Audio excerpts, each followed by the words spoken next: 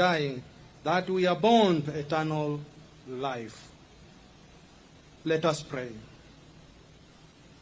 Almighty and everlasting God, we come before you on this day of new beginnings with hearts full of your gratitude. As we inaugurate our new Deputy President, Professor Kindiki, we seek your guidance, protection, and blessings over him and our beloved nation. Lord, we lift up our President and his deputy to you.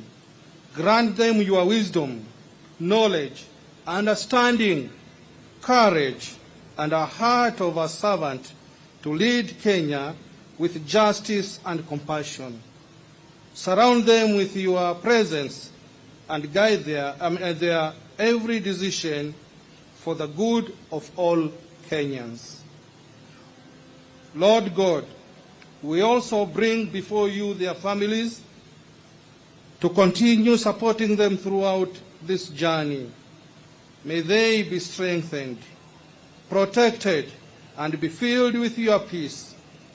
Let their homes be places of comfort and rest, where love and unity prevail. We thank you. We pray for the cabinet and all who will serve alongside our leaders. May they act with integrity and wisdom, committed to the welfare of our people. Give them hearts to serve selflessly, work together in unity for the progress of Kenya. Lord, we pray that you continue to bless Kenya with peace and prosperity. May our leaders inspire unity and love among our people and help build a nation rooted in justice, truth, and respect for all.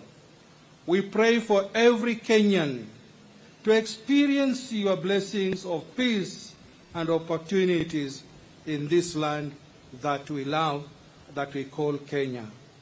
Lord, in this new chapter, may your hand guide us and keep us. May Kenya shine as a beacon of hope and progress under your care. God bless all our leaders. God bless bless Kenyans. God bless Kenya. In the name of the Father, the Son, and the Holy Spirit, we pray and believe. Amen.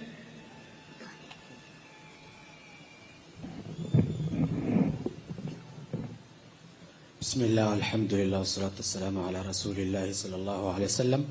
In the name of Allah, the most gracious, the most merciful, all gratitude and thanks to Allah subhanahu wa ta'ala. We ask Allah subhanahu wa ta'ala to bless our beloved president. We ask Allah subhanahu wa ta'ala to bless our deputy president designate. We ask Allah subhanahu wa ta'ala to give them the energy to succeed in their endeavors. We ask Allah subhanahu wa ta'ala to rain on them these bounties, mercy, and blessings.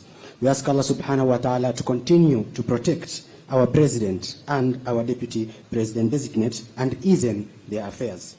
Moreover, may Allah bless this country, nourish it with his blessings and fill it with peace. We also ask Allah subhanahu wa ta'ala to bless everyone who took part in the success of this event.